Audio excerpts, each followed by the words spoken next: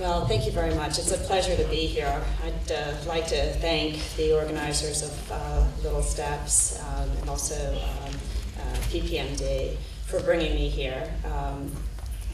I consider myself a friend of Israel since I worked at the Weizmann Institute a number of years ago. And it's a real pleasure to be back in your beautiful country and culture. So thank you. I've been asked to give an overview of current clinical trials and the research strategies in Duchenne muscular dystrophy. And I'm personally very impressed about how many new therapies are in trials. Even 5 years ago, there were a fraction of the number of potential therapeutic options. And I'm only going to be presenting some of the major ones, but there are even others that I won't be presenting today because of time limitations. So one of the major things that I'd like to get across to you is optimism, a real sense of hope that we should feel that treatment is improving currently, and that we can expect even better things for the future.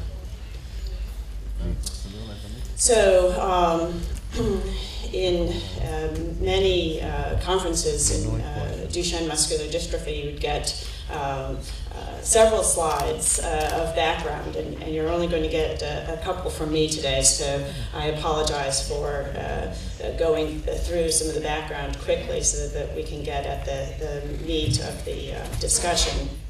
But I'm happy to make myself available. We'll have questions and answers and coffee break and afterwards, and you'll have my email address. So if you have further questions, please ask me. Let's see. So muscle, the organ of a muscle, is composed of single muscle fibers, and these are very long cells that stretch from one joint to another. And for instance, your skin cells just have a single nuclei in them, but skeletal muscle have multiple nuclei, and that makes it a very long cell that we call a syncytial cell. And within the muscle, there are the contractile units that provide strength. And that is normal in Duchenne muscular dystrophy. What is abnormal are this area at the membrane of the muscle cell, and this shows you that in higher definition. So this is the outside of the muscle cell, and this is the inside. And as you know, in Duchenne muscular dystrophy, you are missing dystrophin. And dystrophin has multiple functions. One of the most obvious is mechanical, that the muscle fiber stretches and contracts. And without dystrophin, we believe that there are small little holes that are made in the membrane and that allow calcium to come into the cell that leads to cell death. It also organizes several other molecules. And when you lose dystrophin, you lose these associated molecules in the cell membrane. And finally, it has a role in what we call signaling, that the communication of the outside of the membrane to the inside of the membrane. And one of the ways in which it signals is through an enzyme called nitric oxide synthetase. And the reason that I'm telling you these is because the therapies are directed at these potential different roles of dystrophin. So most in the field of muscular dystrophy believe that a future treatment will likely be multifactorial or combinational. So we can think of potential treatments currently as gene therapy, other ways to modify genetics, cell-based therapy, and drugs or pharmacologic therapy. And I'm going to be talking about all of these, but I'll be talking about them one at a time, and we do tend to study them one at a time, but the reality is that combining these different modalities are likely to produce a greater benefit and enhance the treatment of Duchenne. Since I'm going to be talking a lot about clinical trials, I thought I should give you a little bit of background of how clinical trials are structured. The first phase are preclinical studies. So this is testing in laboratory animals. And this type of testing can go on for several years until a particular therapy has been found to be efficacious in, for instance, mice or dogs with muscular dystrophy. And then the therapy enters what we call phase 1. These are initial human studies. And they're usually a small group of healthy volunteers, and they're usually, well, they're always adults actually. And the purpose of a phase 1 study is to see how safe the drug is and to see what kind of side effects one can expect, and to push the dose to a maximal level for the greatest efficacy without significant side effects. After a phase 1, then the drug goes into a phase 2 trial. And this is when you begin to look to see whether the drug does what you hope that it will do. And so this is when it goes into a group of patients, and it's usually a small group of patients. And these trials are controlled, meaning that you have a group of patients who get placebo and a group of patients who get the drug, so that you're not confused by what is called the placebo effect. After that, if that looks successful, the drug may go on to a phase 3, where in a much larger group of patients, the efficacy is confirmed, and that you might compare it to the gold standard. So, for instance, you might compare the effects of the drug to prednisone. You're also looking at this stage for very rare side effects. It's following a phase 3 that in the United States, you would bring your drug to the Food and Drug Administration for approval. And I don't know what the equivalent of that is in Israel, but I assume that there's a very similar process in when one would seek for regulatory approval of the drug. And then even after the drug has been approved, you begin to see how the drug does in a very large population, and that's called phase 4. So currently in clinical trials for Duchenne, we have gene therapy, and I will be talking about all of these in more detail, but let me just give you an overview. So adeno-associated virus delivery of a very small dystrophin, and a phase 1 has been completed in this. Other genetic modifications include nonsense suppression. This is also called stop codon read-through, and a phase 2 trial has been completed. Exon skipping using oligonucleotides, phase 1 trials have been completed. Cell-based therapies with different types of muscle progenitor cells, and a phase 1 study has just been started. And pharmacological therapies, and there are many going on, but I'm just going to highlight 2. The myostatin inhibition, phase 1/2, where they're trying to combine safety and efficacy, is ongoing. And phosphodiesterase inhibitors in Becker's and Duchenne muscular dystrophy, again, a phase /1/2. So let me start with gene therapy. Most of what the community knows about gene therapy in humans is delivering a gene through a vector called adeno-associated virus. So this is a virus that most of us are infected with, that we do not produce an immune response to, and one can take out the viral aspects of the DNA and insert your DNA of interest. And the challenge to that is this little package. It does not hold much DNA. So AAV allows 4.7 kilobases of DNA, and dystrophin is 11.2 kilobases. So you have a couple options. You can find a packaging system that allows a bigger portion of DNA, and there are approaches to that. Or you can try to shrink your DNA, and that is the approach that is furthest along, in which potentially unnecessary portions of dystrophin or less necessary portions, areas which are duplicated, are removed, and the crucial areas remain.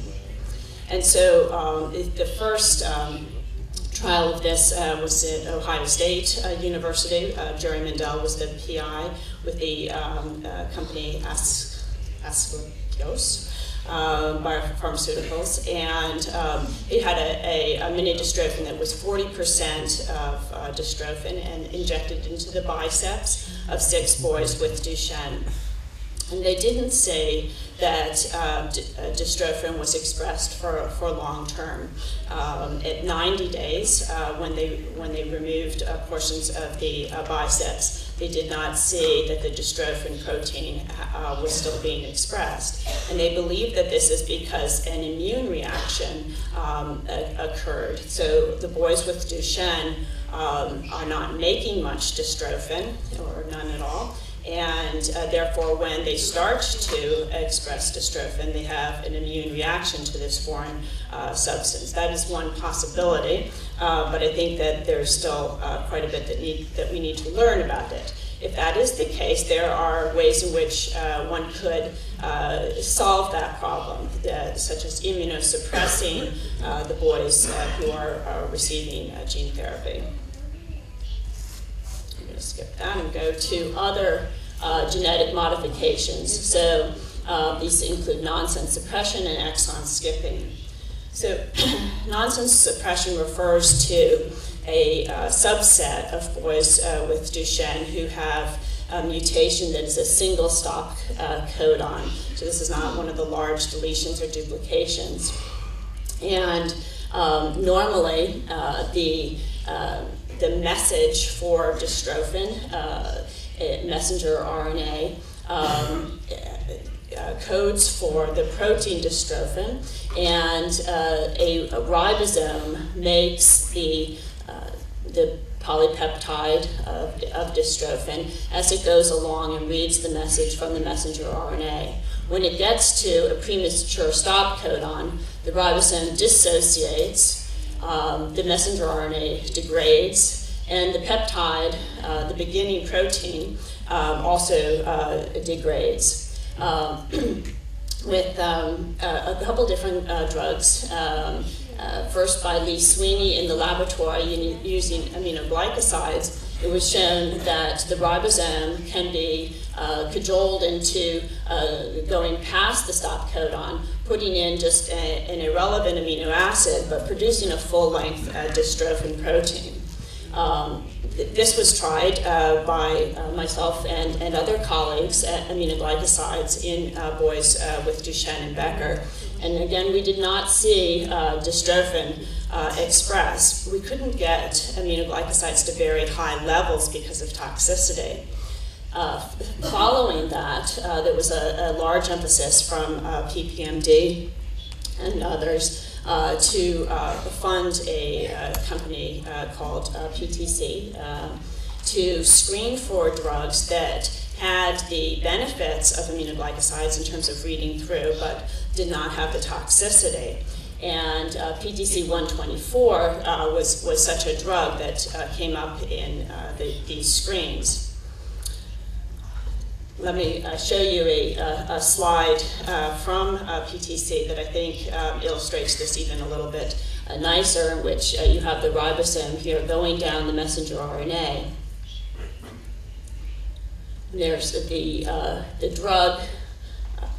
Let's see if I can make it go. When it gets to a stop codon, it would normally have fallen off, but goes through, makes a full-length protein. And trials with PTC 124 have been conducted, and this was in partnership with Genzyme, So phase 1 and phase 2A clinical trials showed good safety and tolerability of this drug, which can be delivered orally, which of course is a big advantage. A phase 2B study with 174 boys was designed to show efficacy, in which the primary thing that they were looking for was how far the child walked in 6 minutes after 48 weeks of treatment. And there was no statistical difference in the treated group versus the untreated group. However, there was a suggestion of efficacy in one of 2 dosing groups, actually in the lower dosing group, that did improve in how much they could walk in that 30 minutes. And this is provided the rationale for continuing to study PTC 124. Even if PTC 124 itself is not shown to be the most efficacious drug, then I think that there are still a good reason to be optimistic about this approach of nonsense suppression.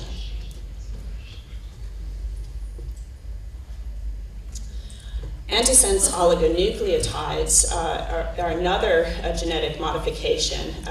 Oligonucleotides are short pieces of RNA or DNA material that are directed towards an intron-exon splice junction, and I'm going to demonstrate to you how that works. The objective is to turn a Duchenne phenotype, a severe phenotype, into a less severe phenotype, such as Becker. And this is really very personalized medicine, where the oligonucleotides are directed specifically to where an area of mutation occurs. And so I think that this may not translate well, and I'm sorry I wasn't thinking about the differences in language. If you can follow in English, it probably would be more helpful. So this is a demonstration of what a gene, a DNA, is like, in which there are symbols that code for an RNA and then a protein, and then there are areas in which there is no message at all. And so these areas which are no message are the introns, and the areas in which we have letters are the exons. And the first stage in taking this gene to make a protein is to splice out the introns. And there we go from a gene to messenger RNA.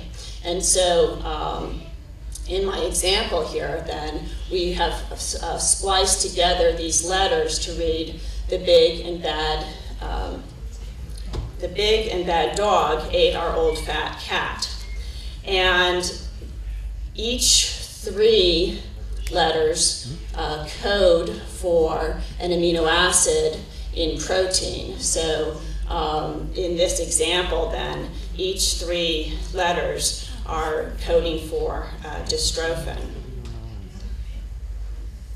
Now, if you have a deletion, such as this, in your gene, then the message still makes sense. And it's different, it's shorter, but the message is, the big dog ate our old fat cat. We've lost part of the message, but it still makes sense. And this is an example of what an in-frame deletion is. And again, that will translate into a protein, which is slightly smaller, but it still makes sense, dystrophin. If we have a single mutation, such as fit instead of fat, then we call this a silent mutation, which again translates to make sense. However, if we have a deletion here, we've lost the B, then the message no longer makes sense. We start off the big and, but then it's and it does not translate into a protein. And this is what happens in Duchenne. So in Becker's muscular dystrophy, you have an in-frame deletion with a partially functional protein. This is what it looks like in the muscle, where we have some muscle fibers that are expressing little patches of dystrophin, and we have a child who may walk much longer and have more muscle strength. In Duchenne muscular dystrophy, there's an out-of-frame deletion and a truncated and unstable protein that is actually lost. There's no dystrophin. Oops, and Duchenne muscular dystrophy. This is Mr. Weems, and I am forgetting his first name. Pat, help me. Darius, thank you. And he has a beautiful movie, Darius Goes West. If you haven't seen it, just won several foreign film awards. Okay, so how do you restore the reading frame? If I've lost the B here in my deletion mutation, then I can add in an oligonucleotide to this exon-intron junction and skip over this whole region. That puts the message then back in frame so that it makes sense. The big dog ate our old fat cat again. And again, we have a shortened dystrophin, but something that still makes sense. And that is a long explanation to exon skipping. So where is the community with exon skipping? So there are two companies that are at the forefront of developing this. Prosensa has been bought out by GSK, GlaxoSmithKline, and they have antisense oligonucleotides in clinical trials using a particular type of chemical backbone. AVI Biopharma has clinical trials with a different backbone, which may have advantages or disadvantages. It may be more stable, but it also may not enter non-damaged cells as well. And AVI's antisense oligonucleotide has now been delivered systemically. It has been delivered by vein. And the results are very interesting. So in some, but not all subjects, there was quite a bit of dystrophin expression. And I do think that this is a really very interesting approach for mutations which can be skipped. This is from not from systemically delivered antisense oligonucleotides, which I don't believe has been, come out in publication yet, but this is from one of their publications in which they just directly injected, and you can see each one of these pairs are patients. This is showing you that there's no dystrophin in the muscle before being treated, and then it's after treated. Each of these circles is dystrophin expression. There are several problems with antisense oligonucleotides that still need to be resolved. One is that some exons are more skippable than others. It's not necessarily a treatment for all Duchenne. As I mentioned with the gene therapy, that dystrophin expression may cause an immune response with this treatment too, and we will need to evaluate that and treat it. And it would require frequent continued dosing of an extremely costly medication. I'm going to talk briefly about cell-based therapies. Of the various types of strategies, this is probably the one that has been least developed in the community, but does have a lot of potential promise. So I'm not sure if you can see this too well, but this is from my laboratory, just showing a single muscle fiber, such I showed you in cartoon. And the blue are all the nuclei in this stretch of fiber. The red is the one nuclei on the periphery of the muscle fiber, which is called a satellite cell.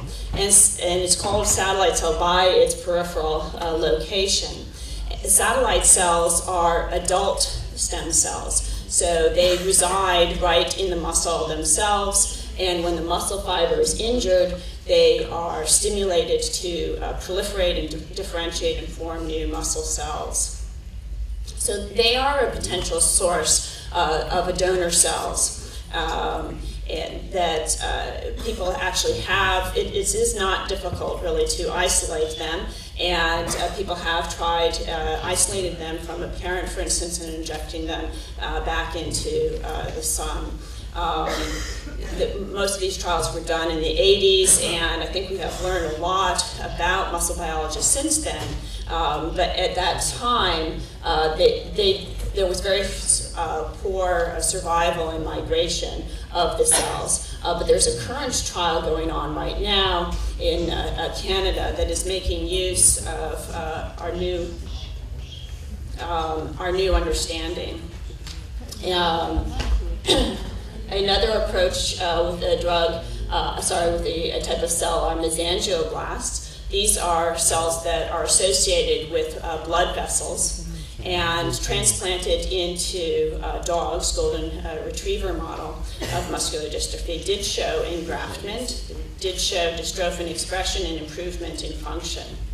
The goal now is to conduct a phase 1-2 trial in Duchenne, delivering these cells through arterioles. So the goals for autologous cell-based therapy is that we need to be able to easily isolate cells. We need to be able to expand them in culture without their losing their stem cell properties, such as their ability to replicate over and over and form muscle. And if we're going to use the child's own cells, we need to be able to manipulate them. We need to be able to make them express dystrophin. And finally, we need to be able to disperse them throughout the body. So there are many challenges with this approach, but again, it's one that holds a lot of promise for the future. I'm going to conclude with a discussion of two pharmacological therapies that are in clinical trials. One is work that I've been involved with many years, which is to improve regeneration of muscle. So this approach would not cure the underlying disease. One would still have a lack of dystrophin, cell death, and a turnover of muscle. But if we improved the ability of muscle to regenerate, then we hoped to change the slope of declining strength, which leads to disability and death. And if we change the slope, then hopefully we would get many more years before this disability. So one of the factors that we know is involved with regeneration is myostatin. So myostatin is a negative regulator of muscle growth. That myostatin keeps muscle growth in check.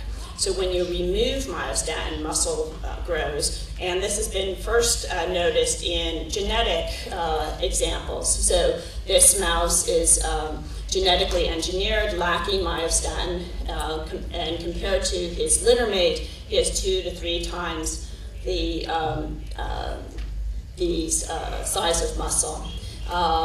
This is a double-muscled cattle, which has been bred in Europe for many years, which has increased muscle mass. And then we have identified a child with a myostatin mutation that it has increased muscle mass, and the family has increased athletic potential.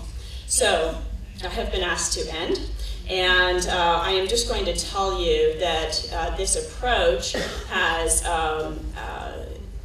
been adopted by pharmaceutical industries, and there are myostatin inhibitors which have been made so that they stimulate muscle to regrow.